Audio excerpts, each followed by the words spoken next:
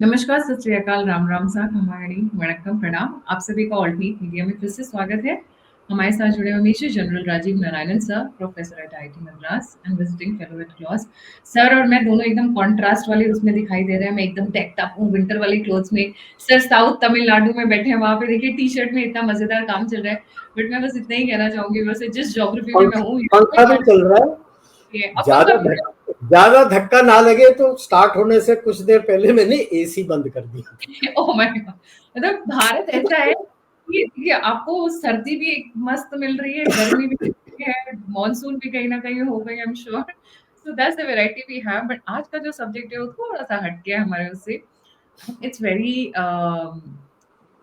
What do I say pleasant to talk on that. UPI जो भारत में launch हुआ है, एक इतना बड़ा डायनामाइट है, जिस पे पूरी वर्ल्ड की इकोनॉमीज़ में अब धमाका होने वाला है। Sir, a very warm welcome on the show. Over to you, sir. तो इसके बारे में बात करने से पहले मैं पृष्ठभूमि में जाता हूं कि ये तूर क्यों पकड़ा। यूपीआई तो अपने पास पहले से था। अब आज पिछले 2-3 साल में ये तूर क्यों पकड़ लिया। And it all devolves down to Ukraine war और बाइडेन एंड डेमोक्रेटिक गवर्नमेंट का एक गलती, वेपनाइज किया स्विफ्ट और यूएस डॉलर को, रशिया को स्विफ्ट से हटा दिया। SWIFT is the international transaction का जो सारा यूएस बैंक के थ्रू जाता था। It is called society for world bank international financial telecommunication.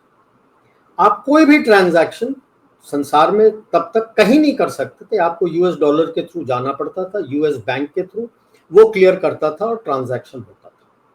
That is how dollar का होल्ड था।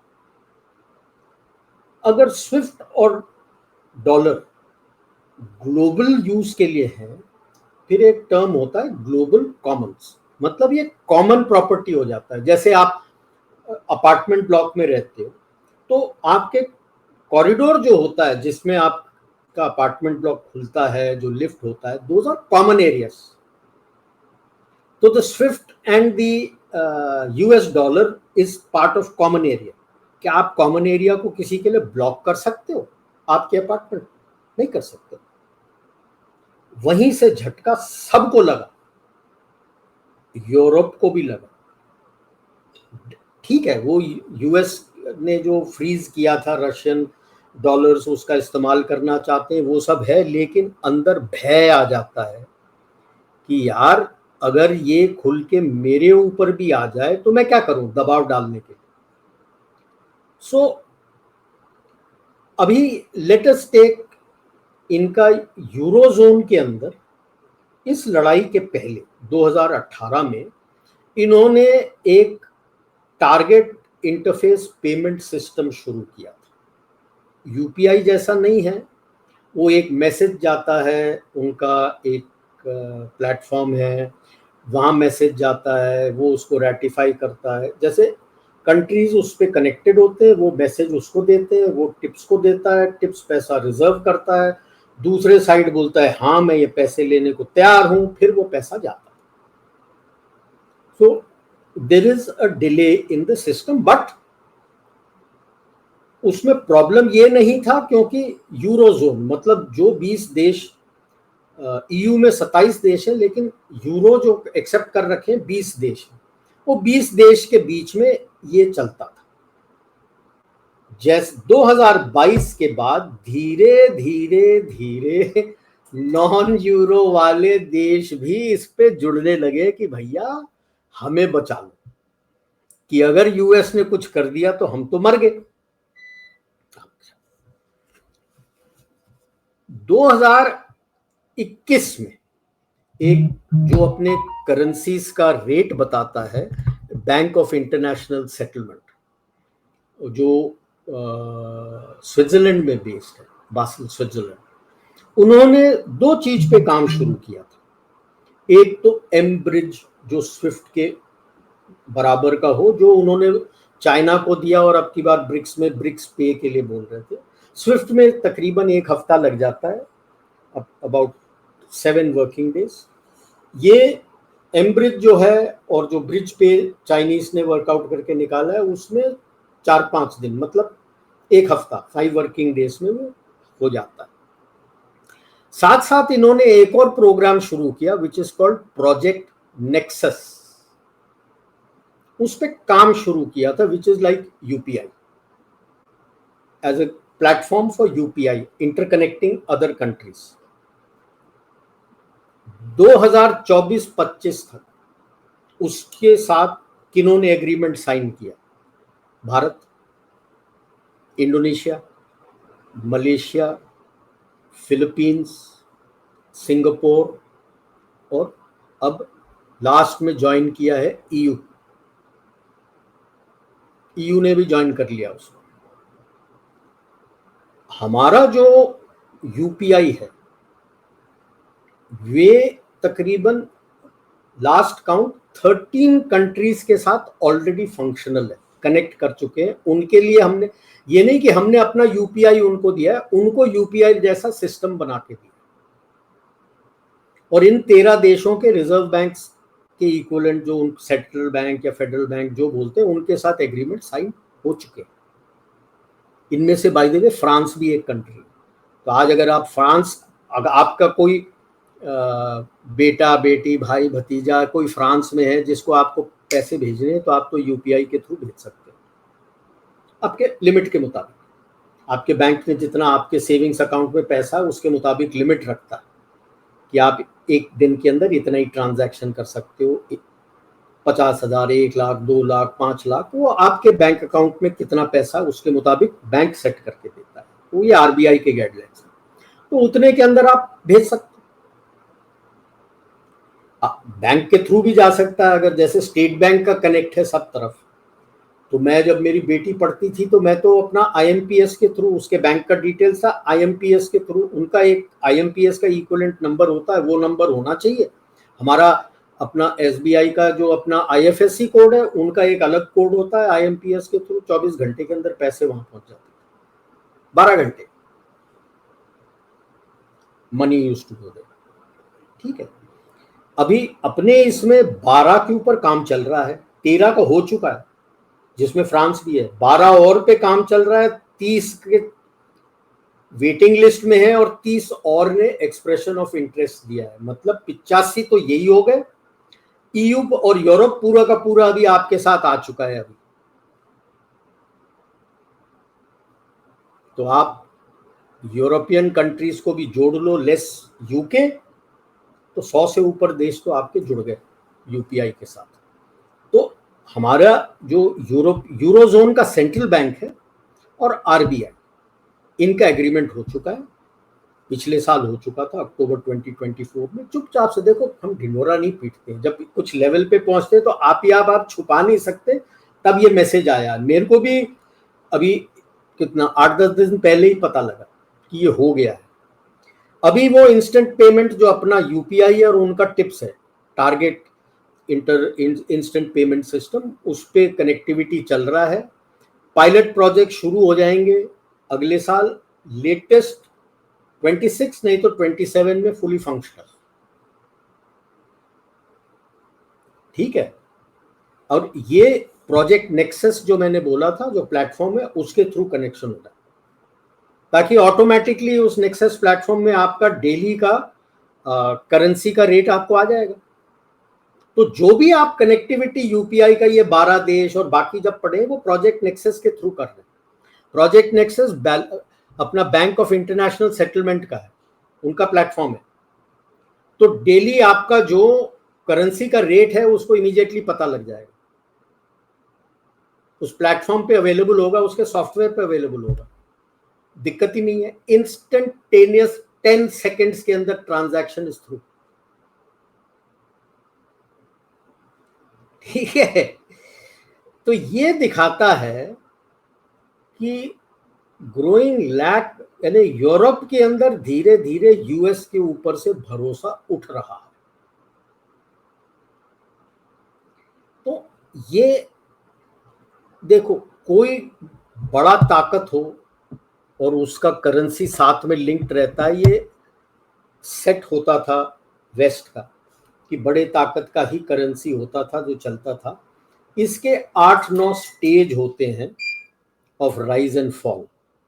तो क्या है, सबसे पहले आप ताकतवर होने लगते हो, एक्सपैंड करने लगते हो, जहां जहां आप एक्सपैंड करते हो आप जबरदस्ती अपना डॉलर चलाते हो कि वो डॉलर चलेगा।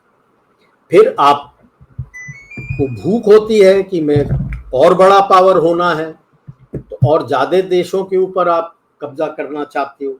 इसीलिए आप देख लो, यूएस जब ताकतवर हुआ था, तो रेजिम चेंज वगैरह कराते हो। क्यों कराते हो? ताकि आपकी पकड़ रहे उनके ऊपर, ऐसा कोई बंदा ना आ जाए जो आपके विरुद्ध काम करे।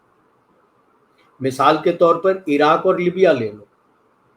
इराक में क्यों गए थे? WMD गई तेल लेने, सबको पता था कि वो नहीं है, क्योंकि सद्दाम हुसैन उसके तेल को यूरो में बेचने को तैयार था, डॉलर से हटके, तो उसको तो जाना था।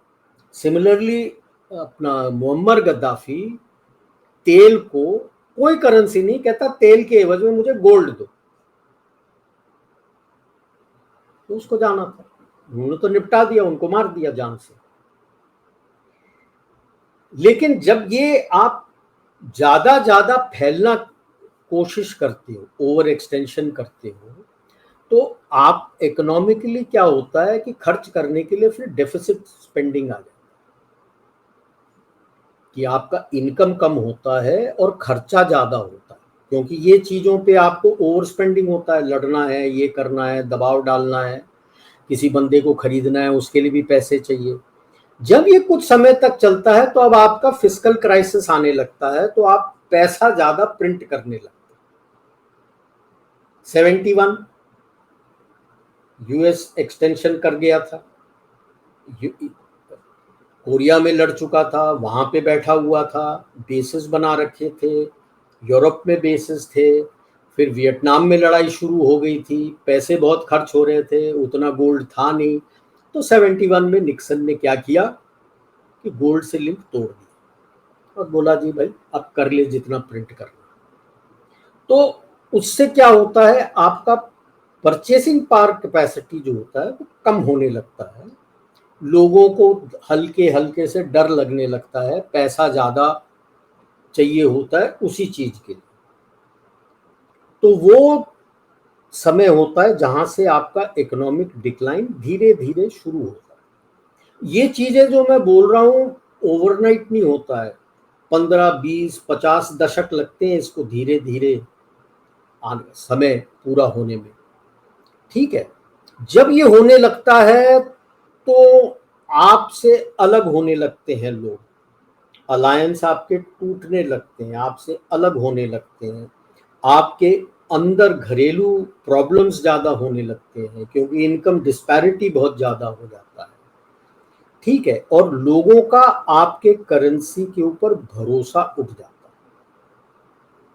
है। ये था जब कोविड हुआ, नॉर्थ ने हेल्प नहीं किया, भारत ने किया सबको मदद।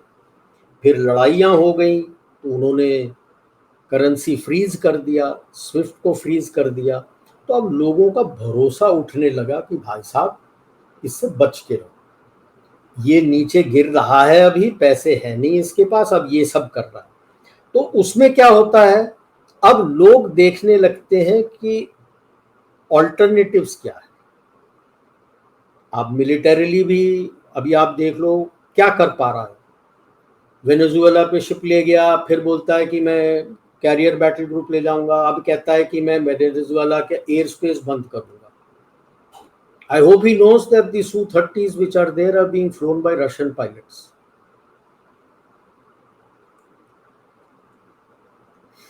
तो भरोसा अब लोगों का हटने लगा। एक दो कैरिबियन नेशन है जो मदद कर रहे हैं, लेकिन बाकी सबका थोड़ा डर लगता है, भरोसा। You don't hear voices in Latin America pro US today, कोई नहीं बोल, यूरोप भी कुछ नहीं बोल रहा वेनेजुएला के ऊपर, वो रशिया के बात करता है, वेनेजुएला के ऊपर कुछ नहीं बात करता। तो मतलब धीरे धीरे धीरे भरोसा उठने लगता है, ऑल्टरनेटिव्स दिखते हैं जहां पे भारत आता है, क्योंकि आप उठ रहे हो उनके कारण नहीं, उनके बावजूद, हर दबाव के बावजूद आप उठ रहे हो। और काफी टेक्नोलॉजी आपका है जो होम ग्रोन चल रहा है। फिर इसके बाद आएगा इकोनॉमिक कोलैप्स और दूसरा ऑल्टरनेटिव आ जाता है और सब जुड़ जाते हैं। ओके, नाउ अभी ये 6 तक पहुंच चुका है, 7वें पे चल रहा है यूएस, 7वें नंबर पर, जब अलायंसेस का भरोसा उठ गया है। क्लासिक एग्जांपल, ईयू पिछले साल आपके साथ यूपीआई के लिए जुड़ा है, जो आप सोच नहीं सकते थे। आपका यूपीआई भी 2018-19 सब आ चुका था, इसका टारगेट जो टिप्स है वो भी आ चुका था, जुड़ने में हामी भरी। आप प्रोजेक्ट नेक्सस पे 2024 में आप जुड़ चुके थे, ये तो इस साल जुड़ा है। पिछले साल आपसे साइन किया है, आपने बोला उसके थ्रू करना है, हमने साइन किया, तो अब उसने साइन कर लिया प्रोजेक्ट नेक्सस बीआईएस के साथ। मतलब अब भरोसा जो है यूएस के ऊपर घटने लगा है कि यार ये ठीक नहीं कर रहा, और ऑल्टरनेटिव्स क्या है। अब इसमें नॉर्मल नॉर्म में होता है, फिर economic collapse, rise of new power, और फिर ये साइकिल शुरू होता है। ये रोमन एम्पायर से शुरू होता है, क्योंकि इनका क्या है, ये डिक्टेट करते हैं एक करेंसी, मेरा करेंसी, ठीक है, और फिर ये डिक्टेट करते हैं कि आपके पास जो कुछ भी है मैं लूंगा, और मैं ही मैं हूं, आप कुछ नहीं कर सकते। लेकिन आपने जो है ये गेम ही पलट दिया है। आपने बोला मैं ये गेम खेलने ही नहीं वाला, तुम तुम्हारा करेंसी रखो, मैं मेरा करेंसी रखता, हम आपस में अपने करेंसी में ट्रेड करते, न रहेगी बांस न बजेगी बांसुरी। लेकिन मैं आपको ग्लोबल साउथ को लूटने नहीं दूंगा। जो अभी तक आपका चल रहा था वो मैं करने नहीं दूंगा। तो उसके लिए आपने क्या किया है? अभी लेटेस्ट न्यूज, नेशनल क्या है, bank for financing infrastructure development, NaBFID, लोगों को पता नहीं है, गूगल करके देख लेना, मुझे भी पता नहीं था, 2 हफ्ते पहले ही पता लगा इसके बारे में, जब बोला गया कि NaBFID is now going to fund infrastructure projects in global south. अभी प्रॉब्लम क्या होता है इंफ्रास्ट्रक्चर में कि अगर आप बनाते हो तो बहुत समय लगता है बनने के लिए, और पैसे दोबारा आके रिकूप करने के लिए थोड़ा समय लगता है। तो बैंक अगर पैसा देता है तो they become a non performing asset for a period of time. तो आपने ये बैंक दिया है जिसमें गवर्नमेंट ने पैसा दिया है, I think 1 lakh crore is the upper limit, अभी 20,000 करोड़ की 25,000 करोड़ उसके पास है, which is used for funding all these projects apart from other funding. So they are the main funders infrastructure. तो बैंक में एनपीए नहीं आता, and this is not a bank, it's a financial institution, not a typical bank. Now this comes as a competitor to the Asia Infrastructure Investment Bank, जो China ने शुरू करवाया था, अपने ब्रिक्स के साथ बना हुआ था, the New Development Bank, ADB, world bank, उस सब के सामने आप आके खड़े हो। चाइना का भी BRI। अंतर ये है कि आप ये जो प्रोजेक्ट्स करते हो उनके बेनिफिट के लिए करते हो, वो बताता है जमीन में मेरे को ये चाहिए और आप बना के दे रहे हो, देने के लिए तैयार हो। चाइना बोलता है मुझे ये चाहिए और मैं बना रहा हूं तुम्हारे, और वो व्हाइट एलिफेंट होता है, कोई पैसे नहीं आते। इसके अलावा पिछले 10 साल में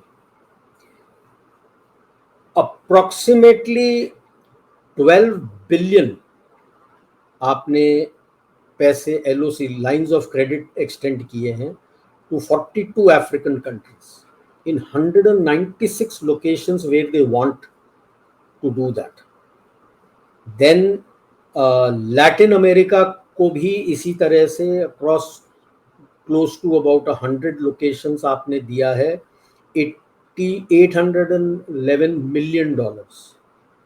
और जो साउथ पैसिफिक आइलैंड्स है, similarly you have extended letter of lines of credit for $155 million।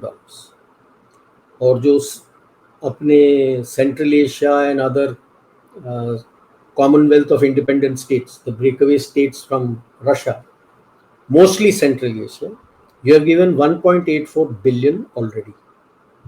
और collaboration is in all fields. Agriculture ले लो, quite a lot of them are agrarian या fisheries. तो agriculture, fishery, IT, पानी, बिजली, health, education, जो basic चीजें उसको चाहिए। देन माइनिंग, बाहर के देश आते हैं, माइन करके चले जाते हैं, तो बोला भैया तुम माइनिंग तो सीख ले, तू खुद कर लेना, पैसे तेरे पास रहेंगे जब तू बना के बेचेगा। कोई और बना के लेके माइन करके लेके जा रहा है, तेरे को तो चिल्लर दे रहा है। Why do you think the African nations are getting strong against Europe and America? क्योंकि आप ये मदद कर रहे हो अक्रॉस एवरीबॉडी कि भाई आप कुछ नहीं बोल रहे हो हम आपको हेल्प करेंगे। Education, where I am affiliated, इसका एक अपना फ्रैंचाइज ओपन हुआ है इन टांजानिया, जांजिबार में, IIT Madras campus in Zanzibar. 3 साल हो गए, आज 4था साल है। People from all over Africa were coming in. अभी I think you have opened one in Uganda और some place, Uganda I think, Uganda है या नाइजीरिया है? युगांडा। अभी बाकी more a lot of African nations are on that कि हमसे ले लो। तो अब युगांडा में कौन से IIT का खुला है मुझे पता नहीं। One of the IITs has opened, so they are looking at IITs, they are looking at AIIMS, they are looking at IIMs to be opened in their area। हम कह रहे हैं हम देंगे ना यार तेरे को। and then you have university exchange program linkages with them।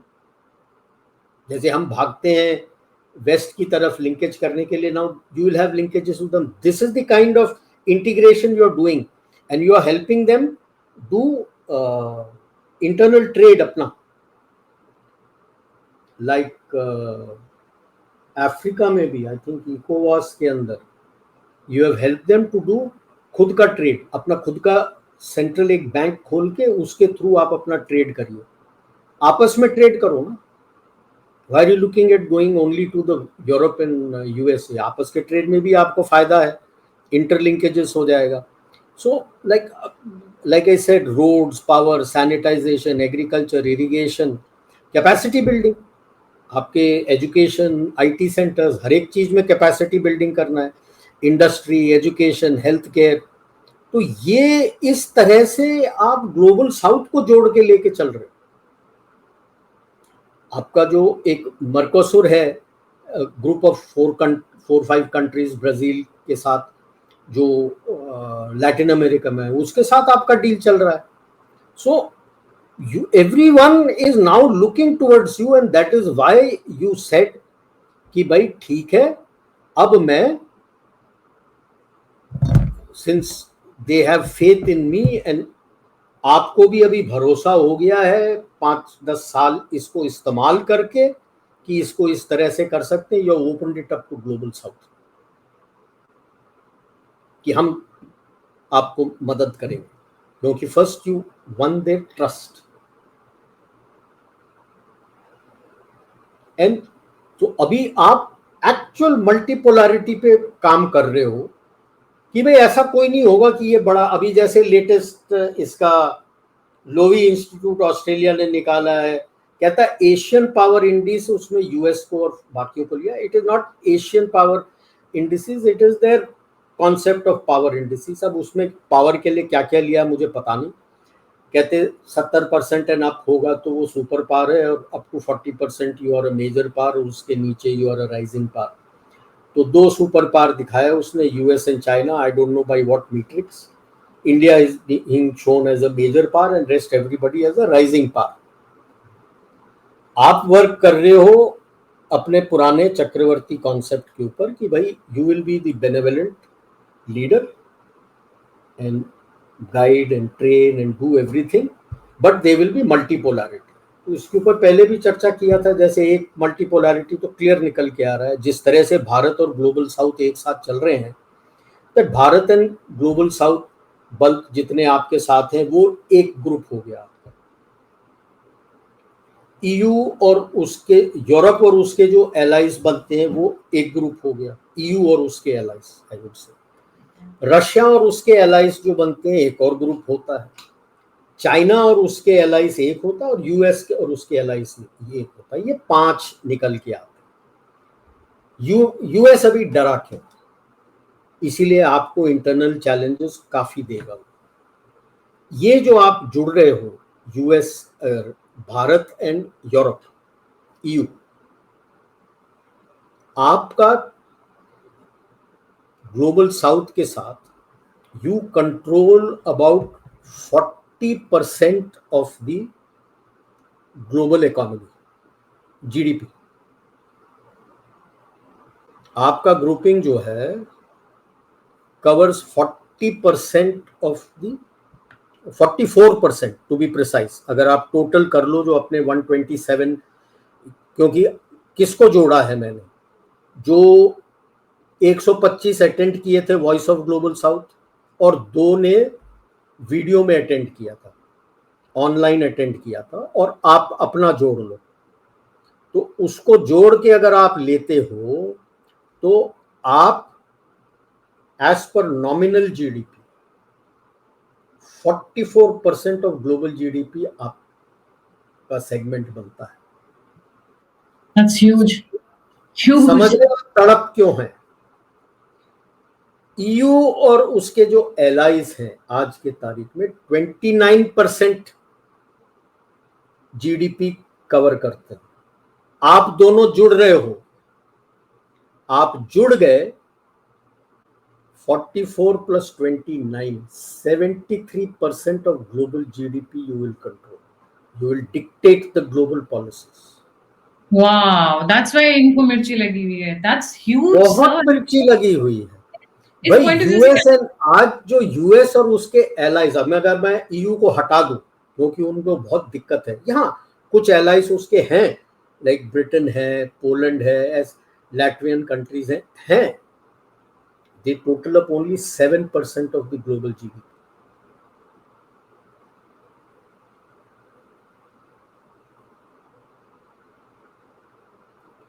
That's huge.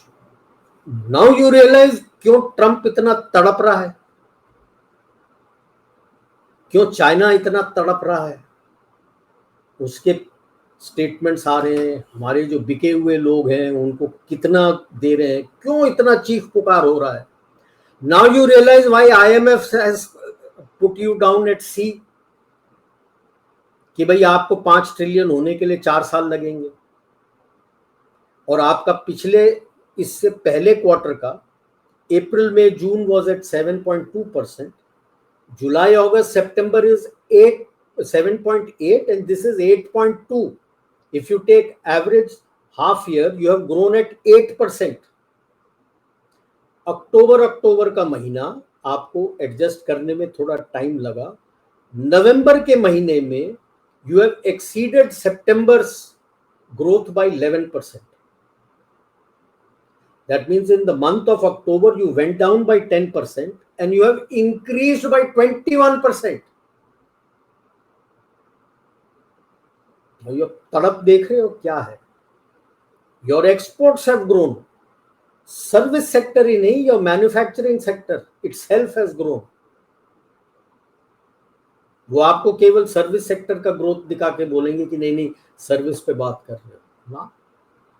और ये जो 5% दिया है ये नैरेटिव चलाने के लिए, 2-4 लोग आपको ट्वीट भी कर चुके होंगे, जो कांग्रेस के बट लिकर्स हैं वो तो सारे उसको चला रहे हैं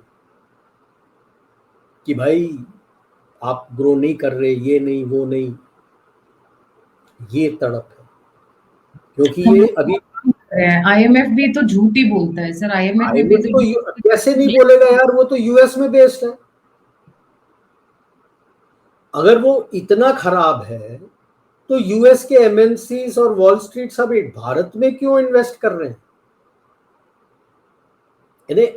इट डजंट साउंड लॉजिकल कि वो कहे कि आप 5% पे ग्रो कर रहे हो, कि भाई आपको 5 ट्रिलियन होने में आपको 4 साल और लग जाएंगे, और आप को बी से सी ला रहा है, हाँ कि 8++ में ले जाना था, सी में ला रहा है, और दुनिया भर के एमएनसीज भारत शिफ्ट कर रहे हैं, भारत में इन्वेस्ट कर रहे हैं, उनके बड़े बड़े हेज फंड्स भारत में एफडीआई ला रहे हैं, कहीं मतलब मैथमेटिक्स जुड़ नहीं रहा उनका, which tells you that it is narrative driven. अब तड़प इसलिए है यूएस के पॉलिटिशियंस में कि भाई अगर ये यूरोप और भारत और मोस्ट ऑफ ग्लोबल साउथ जुड़ गए, then you control 73% of the global economy. Then you decide the policies.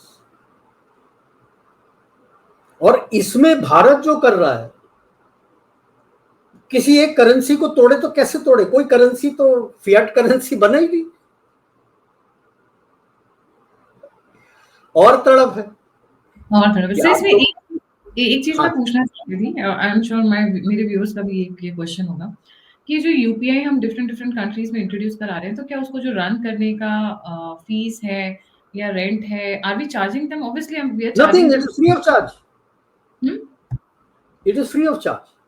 It's free of जो, चार्ज। यस, जो उन्होंने अपने अंदर यूरोजोन में किया था, उनका एक SCRA करके था, देख बिकॉज बताता हूं स्विफ्ट मैं। Charges, if you remember, Swift is Swift one वगैरह सब तो पैसा लेता है। पैसा, तभी तो बोल रही थी सर। तो यूपीआई की जो ट्रांजैक्शंस हो रही हैं, चाहे वो यूरोप में हो रही हो या हम उन लोगों को जो टेक्नोलॉजी ट्रांसफर कर रहे हैं या टेक्नोलॉजी उनको जो समझा रहे हैं, कुछ तो चार्जेस होंगे, बेसिक मिनिमम। नहीं नहीं नहीं नहीं,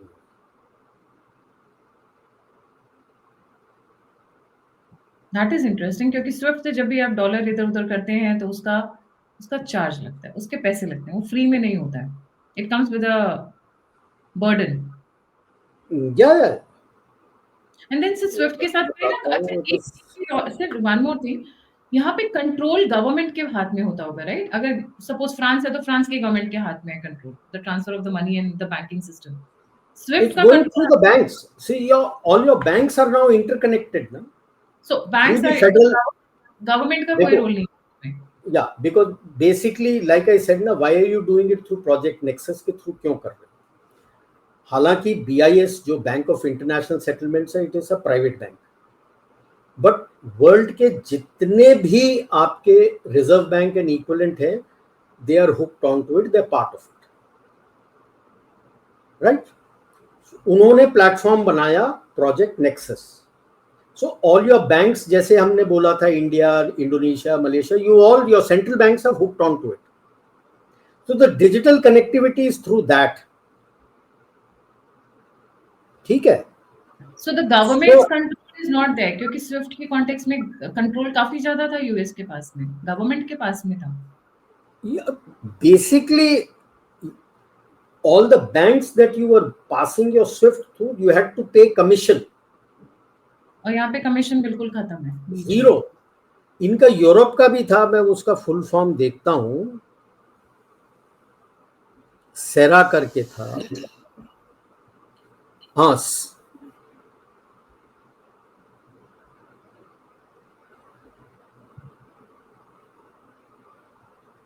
इसका मिल नहीं रहा मेरे को, मैं बताता हूं आपको।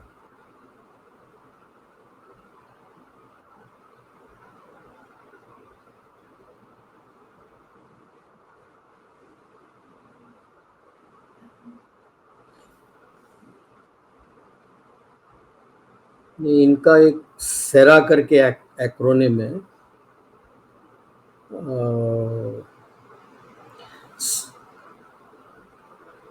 वो इट इज थ्रू दैट ये इनका यूरोजोन में टिप्स मूव होता था। उसमें the charge was very minimal, 0.002 euro 0.002, but वो वॉल्यूम पर पे खेलते थे, वॉल्यूम पर पे खेलते। ट्रांजैक्शन, तो वॉल्यूम में खेल के हर ट्रांजैक्शन के लिए 0.002। यहाँ पे यूपीआई में देयर इज नथिंग ना, right, it goes from my bank to your bank. खत्म, सिंपल, पीरियड, आसान। द क्लियरिंग चार्जेस कम, बैंक को कमीशन मिलता है, क्लियरिंग चार्जेस वो ट्रांजैक्शन लेवल पे रखेंगे। आप और मैं जब भेजते हैं पैसा, देयर इज नो मनी। आप अंतर देख लो, जैसे आप क्यूआर कोड से पैसा दो या आप कोई वीजा या मास्टर कार्ड से पैसा दो, या इतना भी कहता हूं आप रुपे कार्ड से पैसा दो या वीजा या मास्टर कार्ड से पैसा दो, रुपए से दोगे एग्जैक्ट अमाउंट जो है, या आप ऑनलाइन क्यूआर कोड से दोगे एग्जैक्ट अमाउंट जितना बिल का है उतना पैसा कटेगा आपके अकाउंट से। आप क्रेडिट कार्ड वीजा या debit card visa master card से दोगे, उसका ट्रांजैक्शन कमीशन साथ आपको लगा के बोलेगा इतने पैसे आपके अकाउंट से डिडक्ट हुए। अगर आप 1900 का कर रहे हो तो आप 2000 के करीब दोगे, वो बाकी पैसा वो अपना ट्रांजैक्शन लेगा। तो उनके बैंक्स कोलैप्स होंगे यार। जैसे ये एस्टैब्लिश हो गया तो डॉलर हट गया ना, transaction commission respective bank will get in respective commission currency. मेरा एक कंपनी है यहां पे है, आपकी कंपनी स्विट्जरलैंड में, हाइपोथेटिकली मैं आपसे 25 करोड़ का कोई ट्रांजैक्शन कर रहा हूं जिसके लिए पैसे देने हैं मेरे को, मैं ये इस्तेमाल करता हूं प्लेटफॉर्म, मेरा कमीशन मेरा बैंक लिया यहां पे मेरे करेंसी में, मेरे बैंक को फायदा हुआ। आपके पास वो अमाउंट गया, आपके अकाउंट में ट्रांसफर करने के लिए आपके बैंक ने स्विस फ्रैंक नहीं तो यूरो में कमीशन लिया, तो आपके बैंक को, स्विट्जरलैंड के बैंक को फायदा हुआ। यूएसए जो अभी तक ले रहा था तू कौन मैं खामखा, वो तो खत्म हो गया ना। यानी आप देख लो, ये सिस्टम था स्विफ्ट कि आप और मैं ट्रांजैक्शन कर रहे हैं, कमीशन मैं अपने बैंक को भी दे रहा हूं, आप अपने बैंक को भी दे रहे हो, यूएस भी कमीशन, यूएस का बैंक भी कमीशन खा रहा है being an intermediate. Now you are cutting him off, मुझे वो चाहिए ही नहीं। जब मैं यूएस के साथ ट्रांजैक्शन करूंगा तो मैं यूएस को भेजूंगा, तो मेरा बैंक रुपीस में कमीशन लेगा, उसका बैंक डॉलर में कमीशन। तो यूएसए का dollar from being a fiat currency becomes one of the currencies. Petro dollar तो खत्म हो चुका ऑलरेडी, तो पेट्रो डॉलर तो है नहीं, तो वो भी खत्म हो गया, धीरे धीरे वो भी, so he will become one of the currencies, he has to live with that. Now that is where the problem comes. सोने की चिड़िया, वापस we are going to be सोने की चिड़िया, controlling the finances. No, you are not, नहीं वो ही अंतर है। You are not telling कि I will sit and control the finances. I will coordinate so that we all together control our respective finances. अब इसको तोड़ के दिखा दो ना, ये जो भी राइज एंड फॉल बोलते रहते हैं, वो तो रोमन एम्पायर से था, रोमन सब तरफ चले गए, तो रोमन शेकल्स जो गोल्ड का था, that was the only the currency, और कोई करेंसी नहीं होगा, सब कुछ लूट के मैं लूंगा, तुमको थोड़ा कुछ दूंगा, that is the meaning of the word all roads lead to Rome. वो किया, वो खत्म हुआ। Now you look at the अपना ऑटोमन एम्पायर, उसका भी यही था कॉन्सेप्ट, वो कोलैप्स हुआ। देन स्पेनिश एम्पायर आया, देन डच एम्पायर आया, देन ब्रिटिश एम्पायर आया, उसके बाद यूएस का सुपर पावर रोल आया। सब ने यही कॉन्सेप्ट फॉलो किया। That is how in Africa in various places you find francs are there, pounds are there, dollars are there. उनकी अपनी करेंसी कहाँ? Kenyan pound, Nigerian dollar, Gambia had their francs. So that was the thing ना। आप वो नहीं कह रहे हो, आप कह रहे हो यार अपना अपना करेंसी रखो, हम आपस की करेंसी में करेंगे, साथ चलेंगे। अब तोड़ो तो कैसे तोड़ो, तो जिसकी सोच है उसको तोड़ना चाहते हैं, बट मुश्किल है, आसान नहीं है।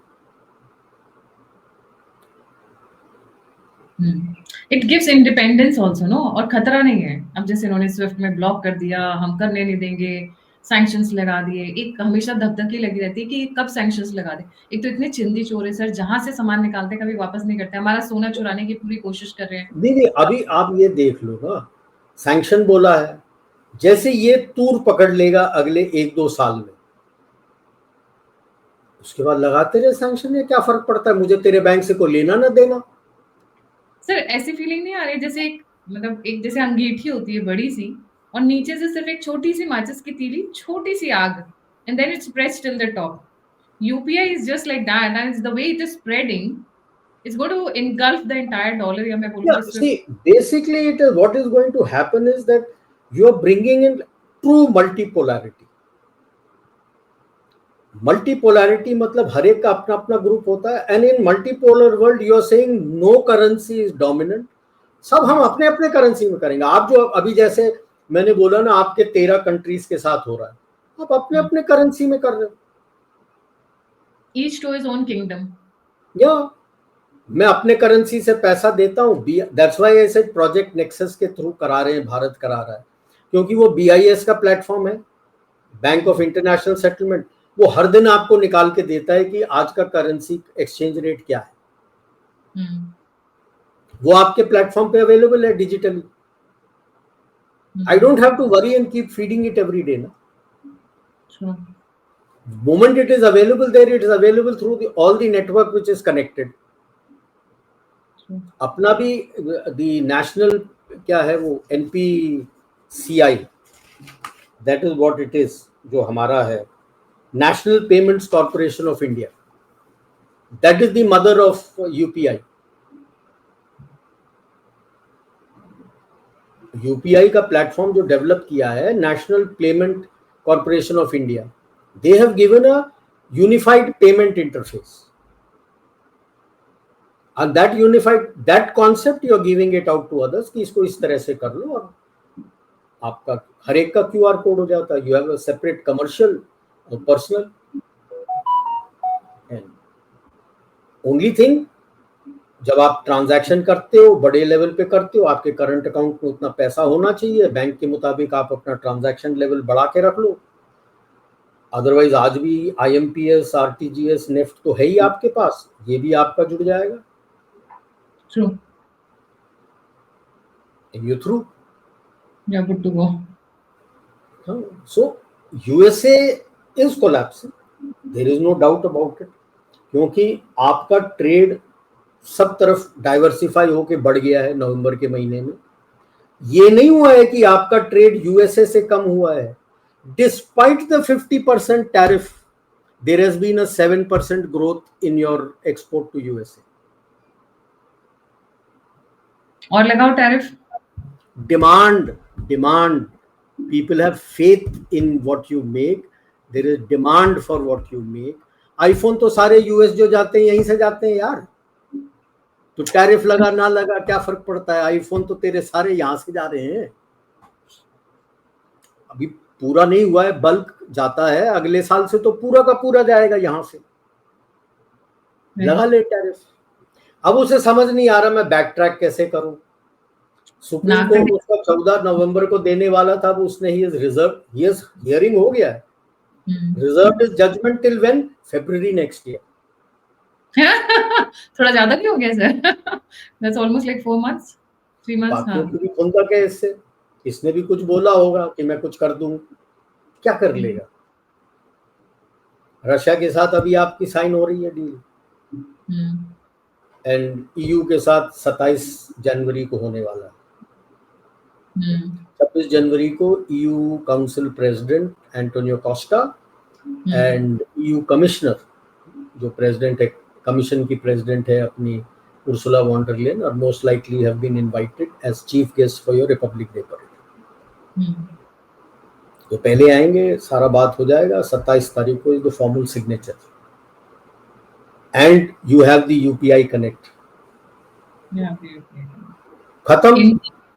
Integrating the world without US, the world minus I go back to जुलाई में जो मैंने आपके प्लेटफॉर्म में, बाकी प्लेटफॉर्म्स में भी बोला था, जो ली कुआन यू के बेटे ली सिंग लून, he used to be the previous PM of Singapore, now is a senior minister, उन्होंने एक टॉक में, इकोनॉमिक टॉक में ये बोला था, world -1, the world can live without US has to decide can it live without the world. And with this virtually, and now you are connecting with Africa and Latin America, and you are doing the deal with Europe, आपका central Asia के साथ भी है, Russia के साथ भी है, means that now you understand why Russia, US और चाइना आपस में बात कर रहे हैं इतने जोर से कि यार हम तो अकेले रह गए, आपस में कुछ तो कर ले. That the world has moved on without both of them, US and China. China is also left high and dry. अभी जितना भी टैरिफ वॉर हुआ है, कौन बात कर रहा है चाइना से, कौन बात कर रहा है यूएस से? थोड़ा टोटी दबाया, गए बात करने के लिए. जैसे ही उसने लोगों से 500 billion investment, EU, Japan, south Korea, सबने हाथ झाड़ दिया. So now the world is moving on without the US. ये डर लग रहा है कि यार मैं क्या करूं. He thought कि वेनेजुएला पे दबाव डाल के उसके ऑपोजिशन लीडर को मैं पीस प्राइज वगैरह दिलवा दूं और मैं वेनेजुएला में दबाव डाल दूंगा तो मेरे इलाके में लोग कुछ दब जाएंगे.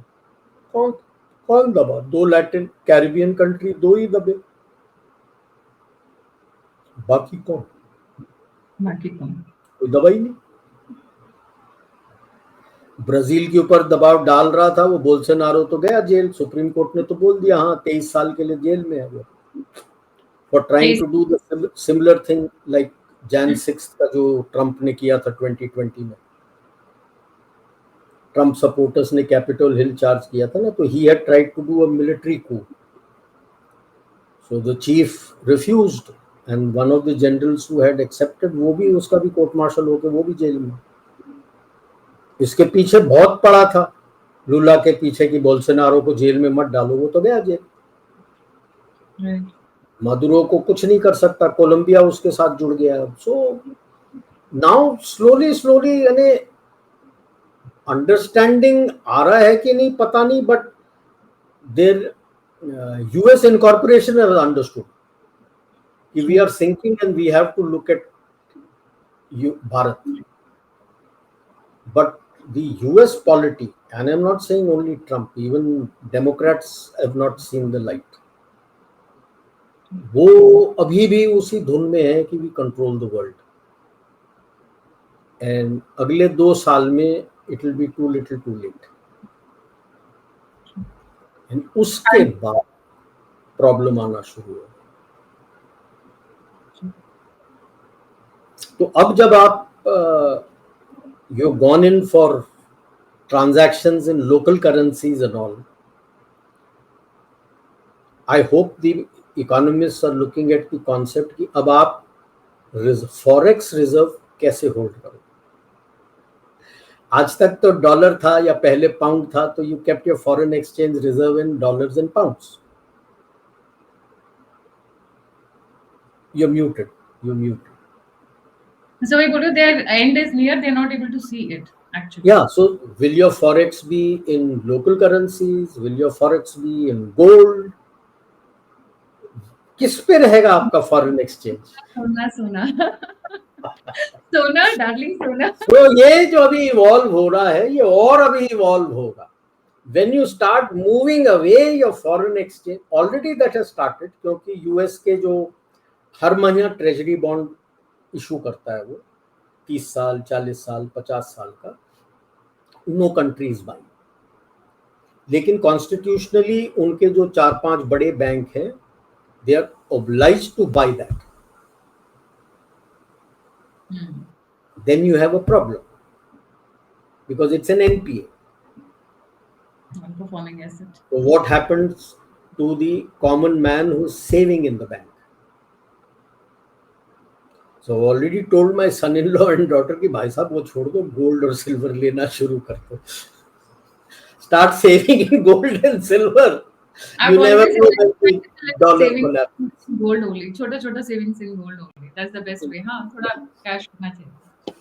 अभी ये और इवॉल्व होगा, where the clarity on foreign exchange इतना जल्दी नहीं आएगा, may be another 5-10 years it will evolve कि okay, how should we keep the foreign exchange, may be the reserve bank के करंट अकाउंट में आपका इन्वेस्टमेंट रहेगा पैसों का अपने करेंसी में, equivalent of what you want to buy from home and what is the exchange rate. और see पहले भी बोला था, gold backed currency is a value only if जितना आपका करेंसी इन सर्कुलेशन है और जितना आपका ट्रेजरी बॉन्ड निकला हुआ है उसके इक्विवेलेंट वैल्यू का गोल्ड आपके पास है तो your currency is backed by gold. अगर वो नहीं है then your currency is not backed by gold। तो ये फंडा लोगों को क्लियर होना चाहिए। जस्ट लाइक पुतिन ने बोल दिया I will link my rouble to gold, ठीक है, that's good, but do you have that much of gold?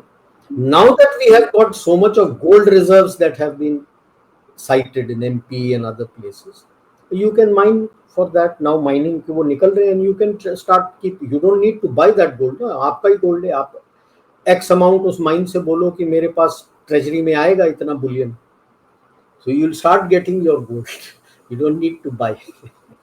जी बहुत और इंटरेस्टिंग। आज बढ़ेगा कह रहे हैं और बढ़ेगा गोल्ड का प्राइस का, अभी रुक जाओ, पहले थोड़ा खरीद ले फिर बढ़ाना। 1,36,000 तो पहुंच ही चुका है और बढ़ेगा बोल रहे जी। they are talking of $20,000-25,000 per ounce। मैं अपने व्यूअर्स से कहूंगी जितनी सेविंग्स है उसका कुछ एक हिस्सा जल्दी से गोल्ड के अंदर इन्वेस्ट करें क्योंकि सोना सोना होना वाला है। गोल्ड सेबी बैक्ड सिप निकला हुआ है गोल्ड के लिए, मैं उस पे इन्वेस्ट कर रहा हूँ, आप भी करना शुरू करो SIP investment. Done. Thank you so much sir for joining. जाने से पहले सभी व्यूअर्स से रिक्वेस्ट है, please don't forget to like, subscribe and share the alternate media. अगर आप कनेक्ट करना चाहते हैं तो लिंक्स डिस्क्रिप्शन बॉक्स में है and please come forward, contribute, donate and support the alternate media. इसी के साथ जय हिंद, जय श्री राम, हर हर महादेव।